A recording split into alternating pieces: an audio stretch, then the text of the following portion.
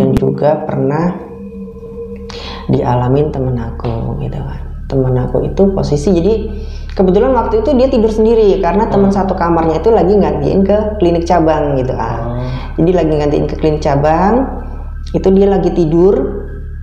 Dia tidur posisi, itu cewek sih, posisi terlentang tidur gitu kan.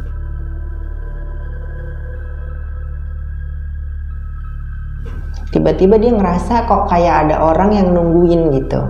Pas dia ngebuka mata, tiba-tiba ada sosok perempuan yang pas banget di depan muka dia begini gitu loh.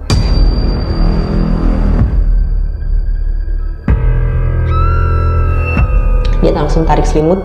Aku masih merinding kalau cerita kayak begini. Iya, bener deh. Itu merinding ya mas. Aku itu pengalaman pokoknya serem banget lah kalau menurut aku sih ya. Jadi dia tarik selimut tuh, tidur posisinya ganti miring. Nah, posisi miring. Nah, dia ngintip lagi tuh dari selimutnya, masih ada perempuan itu nungguin di situ gitu loh. Perempuan itu masih nungguin duduk di situ gitu. Terus teman aku tuh bangun, pindah ke kamar temennya yang sebelah gitu. Itu perempuan udah mukanya pucat kayak begitu tuh.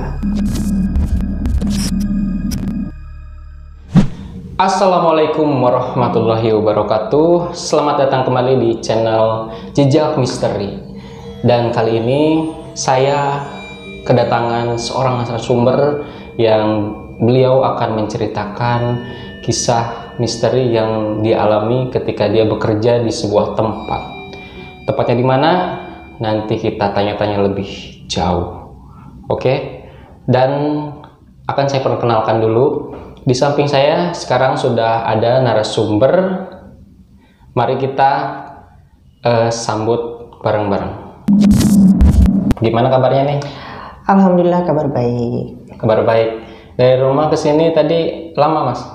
Macet nggak di jalan? Enggak sih, enggak begitu. Alhamdulillah lancar. Alhamdulillah lancar ya. Mas Dion boleh memperkenalkan diri ke teman-teman. Mungkin teman-teman di rumah kepo dengan Mas Dion. Atau nanti suatu saat ada channel-channel besar yang mau mengundang Mas Dion ke tempatnya. Oke, semua teman-teman perkenalkan. Saya Dion. Saya akan sedikit bercerita soal pengalaman saya. Pengalaman cerita tentang apa nih mas kira-kira? Tentang hal-hal mistis yang pernah saya alami. Hal-hal mistis? Ya. Oke deh teman-teman, pasti kalian udah tidak sabar ya untuk mendengarkan cerita dari Mas Dion. Tapi sebelum kita lanjut ke ceritanya, buat teman-teman di rumah yang lagi mendengarkan channel ini, yang belum subscribe, silahkan subscribe dulu biar channel ini berkembang dengan lebih cepat.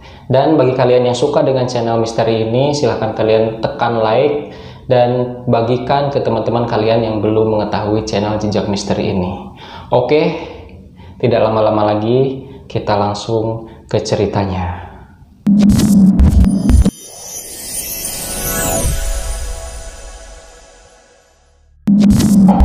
Jadi ini pengalaman saya dulu di tempat kerja. Dulu saya pernah kerja di sebuah klinik, itu tahun 2007 sampai akhir 2016.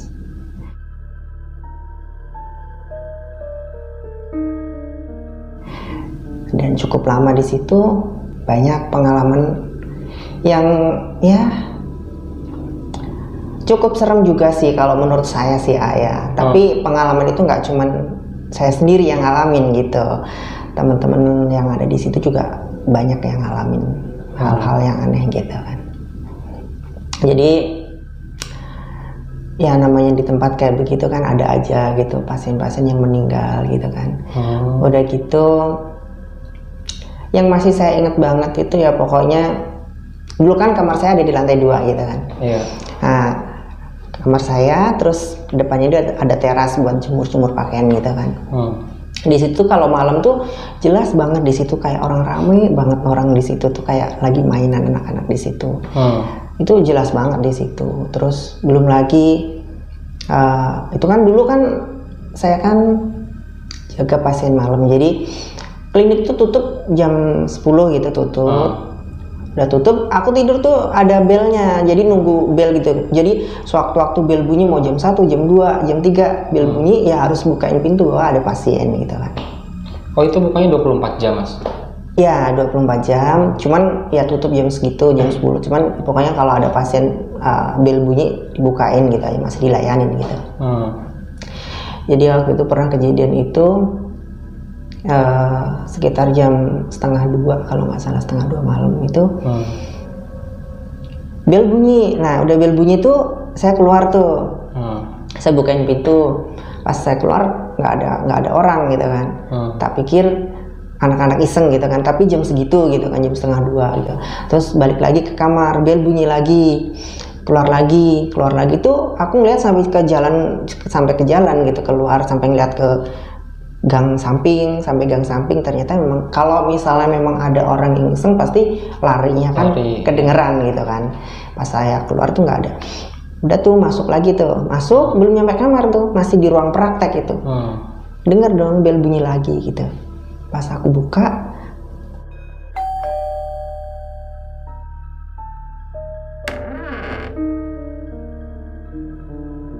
nggak ada siapa-siapa gitu. Emang nggak ada siapa-siapa itu 3 kali, itu jam 1:30 malam pokoknya aku ingat banget. Nah pas udah nggak ada siapa-siapa, jujur kalau aku cerita soal ini tuh kayak masih ada yang serem juga sih ya. Jadi pas aku udah masuk lagi baru tuh terasa merinding gitu kan. Merinding, abis itu udah malam itu aku nggak jaga lagi gitu. Terus maksudnya besok lagi gitu kan, belnya udah aku lepas gitu sampai pagi, sampai buka pagi. Oh, itu berarti Mas Dion jaga dari jam berapa tuh sampai pagi itu? Dari sore sih biasanya jam 4 sore gitu kan. Udah sampai malam tutup, baru tidur ditemenin sama bel itu tadi gitu. Berapa orang sih Mas yang jaga di situ? Kalau berapa orangnya sih banyak sih ya. Saya tidur berdua sama sepupu saya gitu. Terus yang di bawah tuh ada temen satu kamar berdua cewek-cewek, karena di situ banyak temen-temen cewek-cewek juga sih. Terus kejadian juga pernah dialamin temen aku gitu kan. Temen aku itu posisi, jadi kebetulan waktu itu dia tidur sendiri karena temen satu kamarnya itu lagi gantiin ke klinik cabang gitu kan. Jadi lagi gantiin ke klinik cabang, itu dia lagi tidur. Dia tidur posisi itu cewek sih, posisi terlentang tidur gitu kan. Tiba-tiba dia ngerasa kok kayak ada orang yang nungguin gitu. Pas dia ngebuka mata, tiba-tiba ada sosok perempuan yang pas banget di depan muka dia begini gitu loh.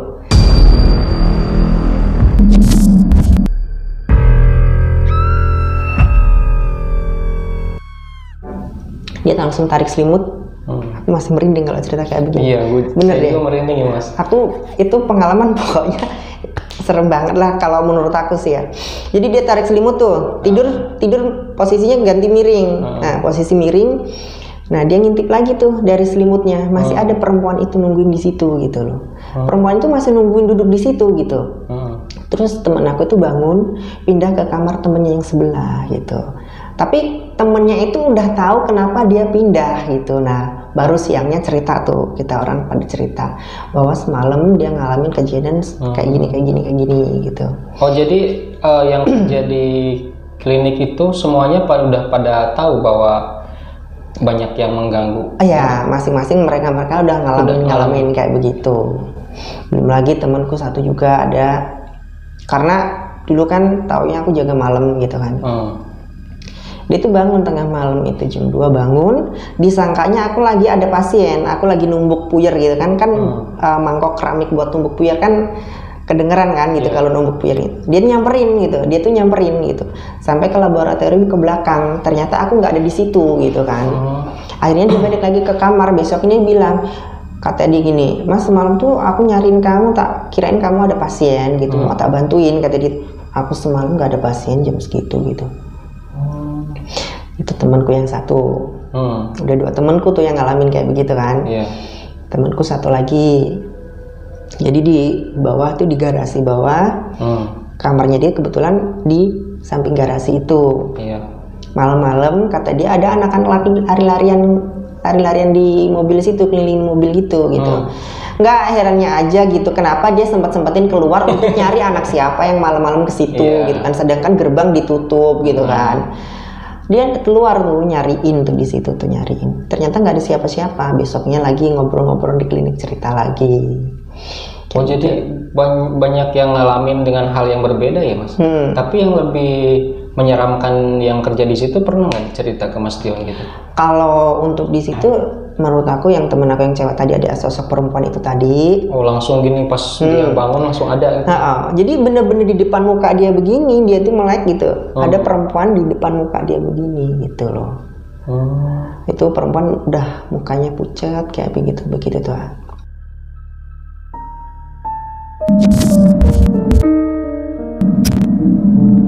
Jadi banyak lah pokoknya hal-hal yang di situ tuh ngalamin kejadian-kejadian aneh. Belum lagi yang malam-malam di garasi mobil di samping kamar temenku itu juga kan gerbangnya juga ditutup tinggi gitu kan. Nggak bakalan ada orang yang bisa masuk ke situ gitu karena lokasinya nggak bisa dimasukin orang gitu loh. Di situ tuh banyak orang-orang yang kayak lagi ngobrol-ngobrol di situ gitu. Belum lagi kejadian kalau ada pasien yang meninggal di situ. Pernah temenku pas aku lagi nggak jaga malam, siangnya ada pasien yang meninggal, dia yang jaga malam gitu. Terus dia cerita gitu, perasaan tadi kayak ada orang yang tiduran di sini gitu, kata dia gitu. Lah kan emang tadi siang ada pasien yang meninggal di sini. Abis itu dia besok-besoknya udah nggak mau cerita nggak mau jaga-jaga pasien lagi, udah nggak mau jaga pasien malam lagi gitu.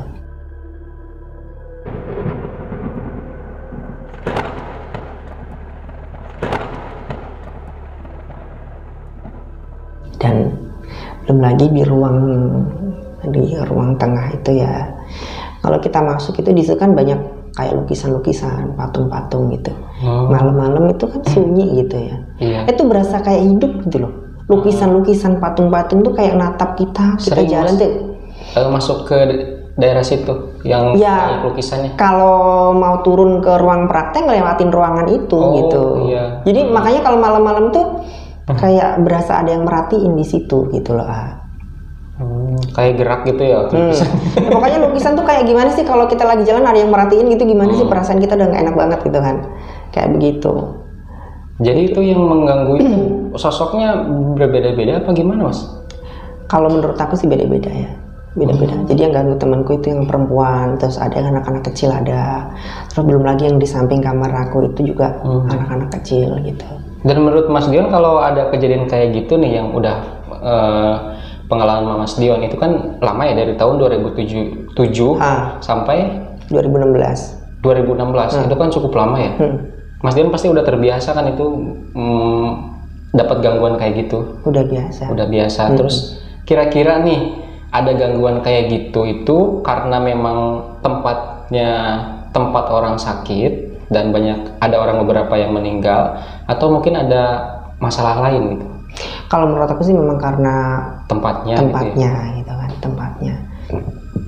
Itu kan tempatnya dulu kliniknya masih kecil gitu kan. Sempet direnovasi, dilebarin gitu kan. Terus pindah ke depan. Nah, rumah depan itu tadinya tuh rumah, cuman dibikin untuk klinik karena sementara kan, karena klinik yang lama kan direnovasi. Nah, pindah ke depan itu tadinya itu rumah kosong gitu loh. Rumah kosong dibersihin. Itu juga di situ juga aku ngalamin. Jadi ngalamin aku lagi jam 2 kalau nggak salah, itu lagi pembukaan belum selesai gitu kan. Ya namanya kita udah kecapean ya dari siang gitu, pasien banyak gitu kan. Tiba-tiba ketiduran tuh, belum selesai pembukaan. Udah ketiduran itu kayak ada yang ngebangunin gitu loh. Tapi yang ngebangunin aku tuh nggak yang bahasa itu nggak halus gitu, kasar banget ngebanguninnya. Akhirnya aku kaget, terus aku nyusul tidur ke tempat temanku. Gimana Mas itu cara ngebanguninnya? Pokoknya kayak, aduh aku kalau kayak gini tuh suka serem sendiri gitu tuh. Kalau ngebayangin kayak begini yang udah, tapi untungnya sekarang aku udah nggak ada di situ gitu kan. Itu pengalaman yang waktu dulu aku di situ gitu.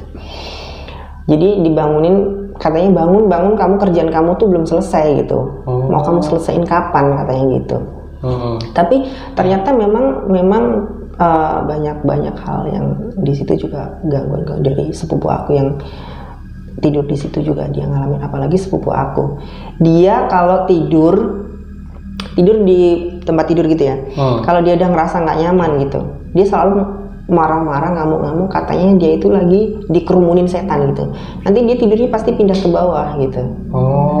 Itu sebenarnya kalau yang kerja di situ dikasih tempat tidur sendiri apa satu kamar rame-rame gitu, Mas? Jadi dikasih kamar-kamar sendiri-sendiri gitu, tapi ada yang satu kamar sendiri, ada yang sekamar berdua gitu. Kayak gitu. Jadi pantas aja ya ada yang tidur sendiri digangguin. Tidur berdua ada nggak yang digangguin kayak gitu? Jarang apa? Kalau yang berdua tuh jarang sih, setahu aku jarang. Tapi seringnya yang sendiri-sendiri sih. Dari teman-teman aku semuanya sih yang pada tidur sendiri-sendiri. Tapi lumayan serem juga ya kalau misalkan tiap malam kita tidur nggak jaga gitu ya, nggak jaga kita tuh langsung tidur aja. Otomatis kan namanya sendiri kan ya, Mas. Apalagi yang jaga sendiri, banyak kejadian-kejadian aneh. Tapi yang saya mau tanyain itu karyawannya pada betah nggak sih, Mas? Pada betah sih, karena memang bosnya orangnya baik. Jadi rata-rata sih semua anak-anak di situ pada ngalamin hal-hal kayak begitu gitu. Tapi ya mungkin karena memang bosnya enak, terus kerjaannya nyaman, terus setelah cerita-cerita sama teman-teman, jadi udah lega gitu kali ya kalau udah cerita sama teman-teman. Jadi ya biasa aja gitu, walaupun waktu ngalamin itu bener-bener yang serem juga sih ya. Iyalah pasti. Tapi itu kan aku posisi yang di klinik pusat gitu kan. Ada klinik-klinik cabang-cabang juga. Klinik-klinik cabang-cabang itu kalau aku sesekali gantiin mereka yang lagi libur itu kan, jadi yang cabang itu dapat jatah libur juga kan. Nah nanti mereka yang libur itu digantiin, diambilin dari tempatku gitu. Biasanya kalau nggak aku ya temanku. Nah pas aku lagi gantiin, ngalamin juga. Tapi memang waktu itu ada dokterku yang kayak bisa ngelihat hal-hal kayak begitu gitu. Jadi kita lagi duduk nih. Jadi dokterku tuh bilang, jangan duduk di situ Mas gitu. Kenapa dok gitu? Pokoknya jangan duduk di situ gitu. Ternyata dokter melihat bahwa tempat kursi yang mau aku dudukin itu ada sosok yang udah duduk di situ gitu loh.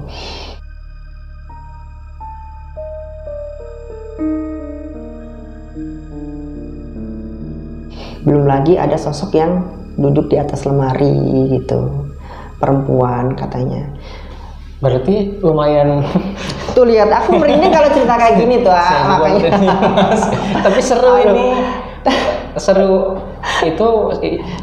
Apakah dokter yang lihat sosok-sosok itu termasuk orang indigo? Iya.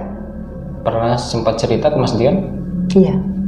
Dia bisa ngelihat. Makanya dia sering ngasih tahu kalau misalnya ada sosok-sosok yang dia lihat, pokoknya ngasih tahu ke siapapun teman-teman aku yang misalnya lagi jaga sama dia untuk tidak di situ gitu, atau lagi ada orang ada makhluk itu gitu. Gitu. Tapi memang benar sih ya, aku benar-benar ngalamin waktu itu aku ada di klinik cabang itu. Ya gitu, malam-malam. Di dapur itu rame banget kayak orang lagi di rumah masak. Bangun tuh, aku ngeliat nggak ada siapa-siapa di dapur. Nggak ada siapa-siapa di dapur. Terus besoknya aku cerita sama dokterku, Mas kalau misalnya denger kayak begitu biarin aja, nggak usah disamperin gitu. Mungkin memang makhluk-makhluk itu memang mungkin lagi ada kegiatan. Jadi ya gimana sih dok, orang aku lagi denger kirain dokter lagi masak atau apa, kan saya pengen bantuin gitu. Nggak usah disamperin, biarin aja gitu.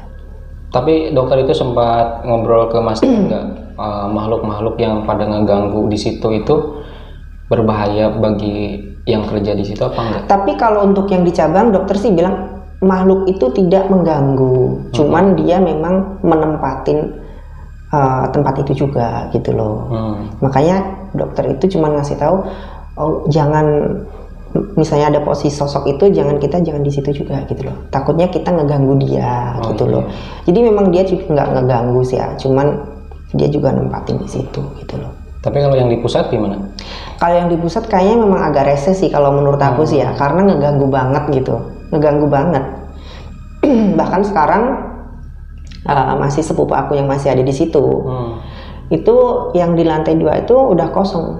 rumah yang di lantai 2 itu kosong, nggak ada yang nempatin karena sebagian karyawannya kan udah pada ngekos sendiri-sendiri gitu kan, nggak semuanya pada tinggal di situ. Kosong. Terus ada ponakannya bosku tinggal di lantai 2 itu sendiri.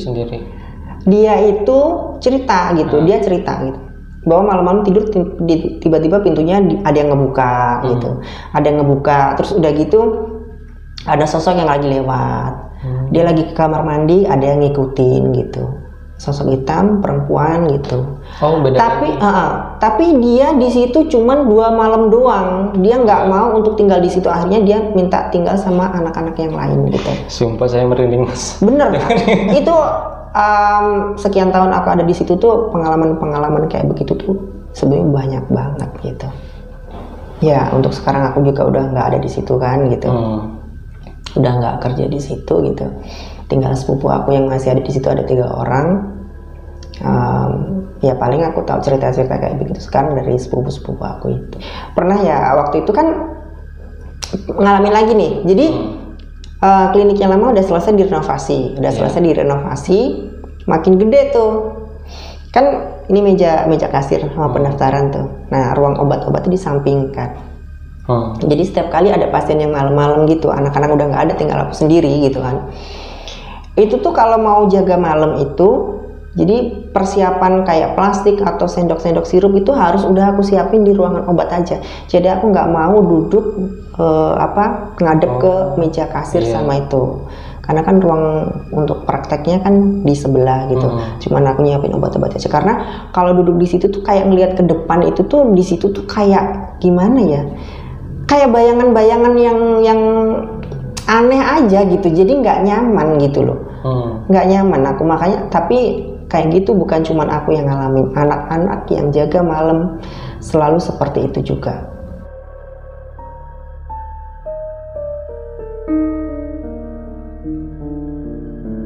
Dia selalu mempersiapkan kayak plastik atau yang sekiranya kayak kwitansi atau surat sakit kayak gitu harus udah dibawa ke belakang.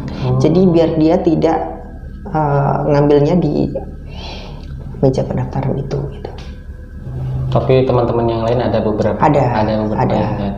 Itu sosoknya bisa disederhanain gak, Mas? Maksudnya ada nih sosok kayak genderuwo apa gimana gitu? Kalau untuk sosok genderuwo sih bukan sih ya, karena lebih ke sosok kayak perempuan kayak gitu loh.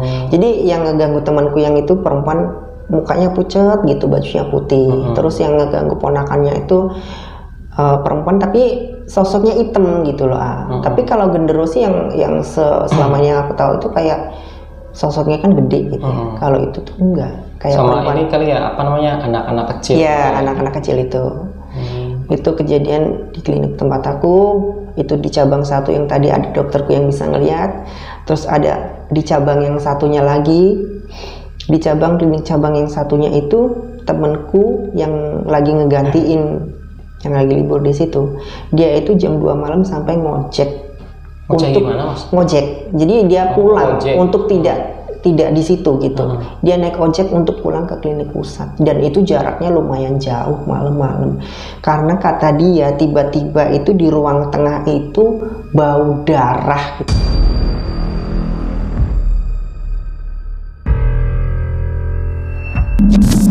Aduh Tuhan, aku tuh jangan gimana ya, aku kalau cerita kayak gini tuh pasti kayak merinding tau. Jadi kata temanku tiba-tiba di ruang tengah itu bau darah, bau amis gitu. Pas dia telepon aku tuh, gimana ini Mas, kata dia gitu. Ya kalau kamu nggak nyaman untuk di situ gimana, aku nggak bisa bantu, aku bilang gitu.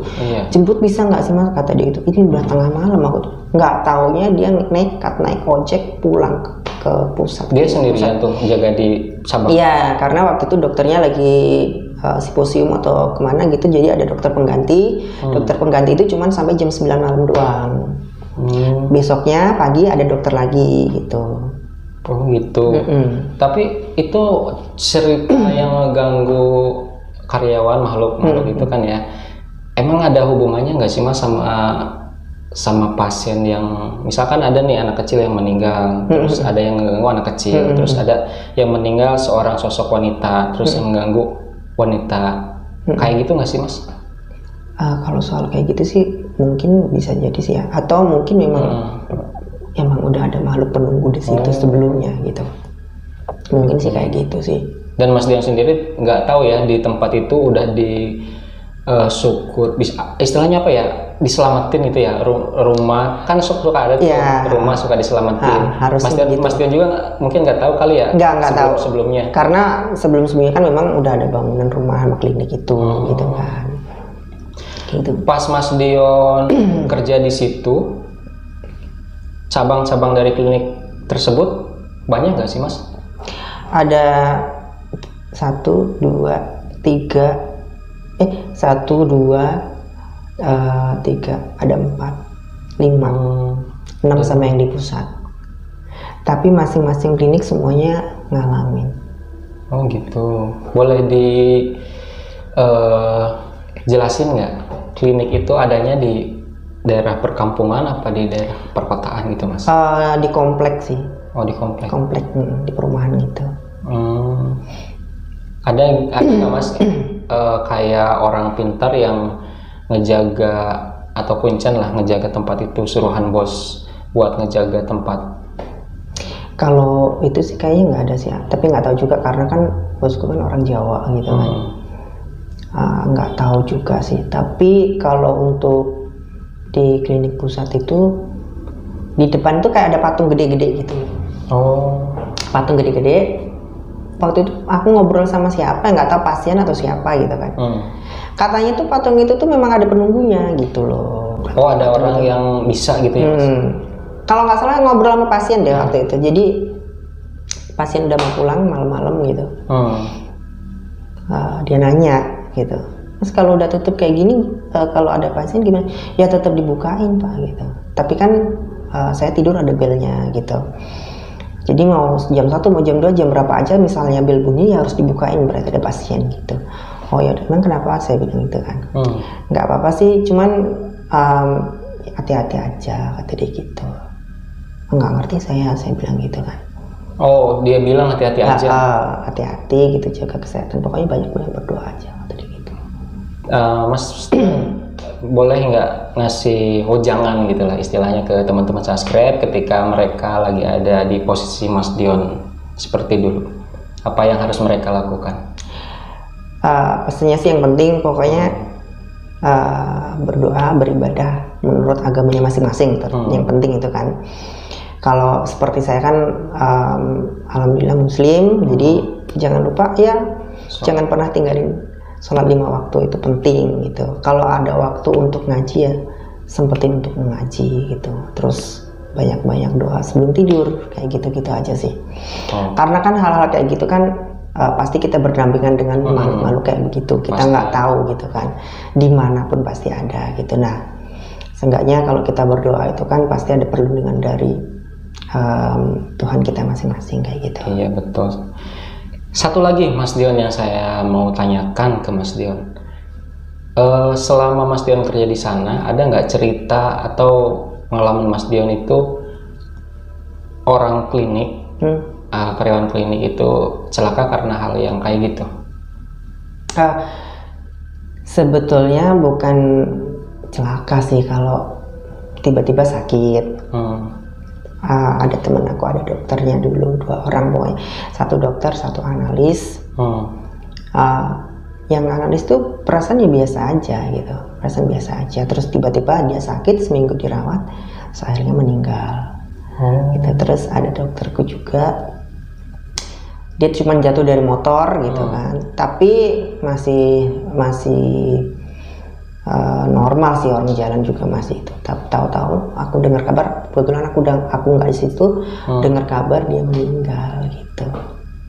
Yang aku tahu sih 2 orang itu sih. 2 orang itu. Karena waktu itu aku juga sempat sakit gitu. Ada temenku yang bilang gini, untuk kamu pulang katanya gitu. Kalau kamu nggak pulang nggak tahu deh nanti kamu meninggal di sini atau gimana. Bercandanya dia sih seperti itu temanku gitu kan. Tapi saya juga nggak berpikir sejauh itu sih. Yang aku tahu pokoknya aku waktu itu resign karena memang sakit itu aja.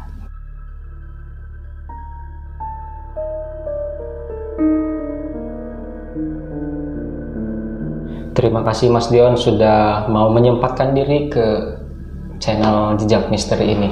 Dan buat teman-teman di rumah, tetap jaga kesehatan di rumah dan jangan berpikiran yang negatif, karena berpikiran negatif itu sama memberikan penyakit pada diri sendiri. Dan yang Mas Dion bilang ke teman-teman, tetap selalu berdoa, karena hubungan kalian dengan Yang Maha Pencipta harus tetap harmonis, dan hal-hal yang kayak gitu tidak akan terjadi pada kalian. Oke teman-teman, dan saya juga tidak lupa mengingatkan kepada kalian semua untuk berlangganan tombol subscribe dan bagikan konten ini ke media sosial atau teman-teman di grup WhatsApp kalian ya teman-teman. Oke, tidak lama-lama lagi. Terima kasih Mas Dio sudah hadir di sini, dan assalamualaikum warahmatullahi wabarakatuh.